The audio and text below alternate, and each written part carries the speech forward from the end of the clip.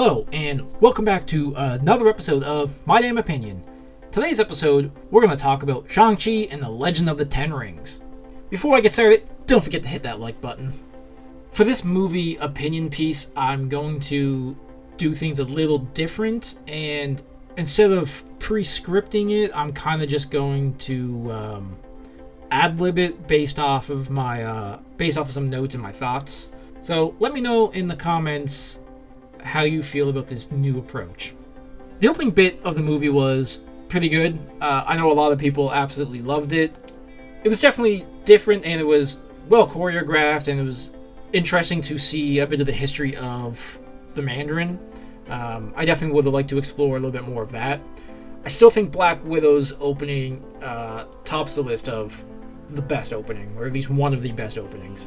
The film itself has this Spielberg feel of the action roller coaster that most of Spielberg's movies have, but it loses that feel about halfway through because the action slows down and it gets further between each action piece. I really believe Wenwu as a villain could have been much deeper, especially after all the backpedaling that Marvel has done with the character. From the Ten Rings are a terrorist organization to no, they're not real, Aldrich Killian made them up, to no, they actually do exist. Trevor, however, even though Trevor got plastic surgery, it wasn't to look like the real Mandarin, they just altered his face for no real reason, to him being broken out of prison to meet the real Mandarin, to it being Wenwu who finds the name the Mandarin stupid, and it's just all this backpedaling to introduce a new Mandarin who isn't that deep of a character. People loved him. I was indifferent. I think Tony Leung does a great job portraying Wenwu. He brings to the table as much as he can with what he's given. I just don't think the character itself was written deep enough for me to completely and thoroughly enjoy the character. Simu was phenomenal as Shang-Chi. He delivered a phenomenal performance. He proved he has what it takes to be the front man of a franchise, and he can hold his own against some of the bigger characters and bigger names in the MCU. I could totally see him being one of, if not the new leader of the next iteration of the Avengers. I really appreciate Awkwafina's character not being the love interest or just a straight up token comedic relief character. She was comedy relief, but she had her serious moments, and the comedy with her was pretty genuine, and it wasn't typically that cliche Marvel humor that gets shoehorned in to serious scenes. Speaking of that though, Razor Fist had that cliche Marvel humor about him. Ben Kingsley's performance as Trevor was great, and I loved having his character come back. And he was a little more pivotal than I expected. I thought it would just be a one-scene cameo, so that was a nice surprise. And I really enjoyed his relationship with Morris. I thought that was pretty funny. Abomination making a cameo appearance was awesome. I love the new design as he mutated more. But it leaves some questions unanswered, like why were he and Wong there at the underground fight club thing?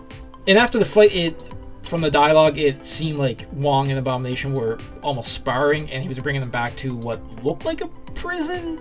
I really hope either No Way Home in the multiverse I had this, or She-Hulk addresses this. So this was apparently, and I'm probably going to butcher the pronunciation of this, Meng Zhang's first cinematic debut, and I'd like to give her credit for her performance as Xia Ling. Again, I'm really sorry if I mispronounce these names. The score in the beginning of the film was great. Like, I absolutely loved it during the bus fight. I found after that kind of dwindles and it's just forgettable. The comedy in the movie was overall good, as it is with most Marvel movies. Some jokes do fall flat, and I found this movie wasn't as bad as other Marvel movies of shoehorning in humor in the more serious moments to take away from the emotional impact of that scene, which was pretty refreshing. The actual 10 rings that Wenwu wore were super cool. There was a lot of cool and interesting things done with them in the action choreography. Visually, they were just stunning to look at. And I love that there's still room to showcase what they can do, because I feel we definitely didn't see the entire scope of what...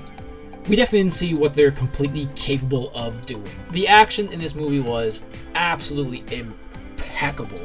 It is top tier action in any Marvel movie. There is no debating that, no arguing it. The martial arts in this movie was incredible. The bus fight scene was awesome. I love the thing that Shang-Chi does with the jacket. Man, there was so much great and cool action in this movie.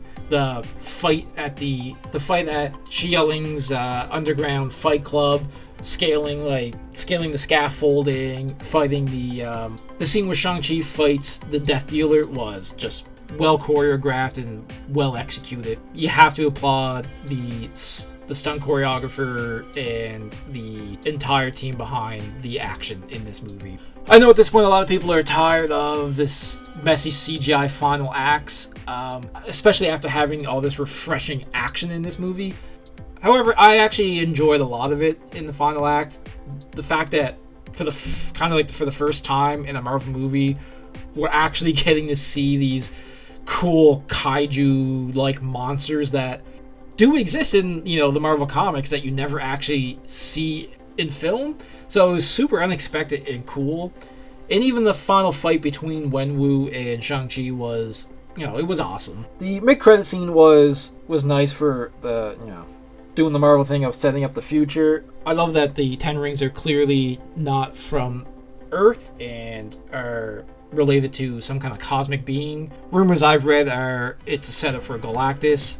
I would hopefully be more inclined to believe that they're connected to Fin Fang Foom and that they're Makulan rings. Either way, it's going to be really cool to see where they go with it. And it was nice actually seeing Brie Larson have some charisma for her character. And it's interesting to see Bruce Banner and not Professor Hulk. So it's all cool.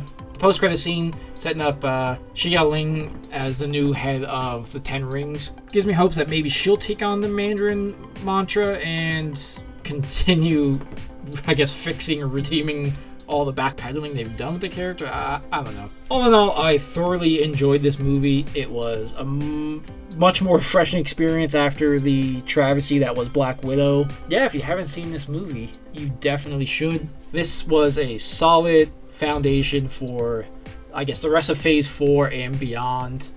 And I really hope Marvel can continue to deliver movies of this caliber and even better. Do not make another Black Widow. But as always, that's just my damn opinion. Let me know in the comments your thoughts on Shang-Chi and what character you think the Ten Rings are connected to in the MCU. And if you haven't already, don't forget to hit that like button and subscribe for more opinions no one asked for. Thanks for watching, and I'll catch you in the next one.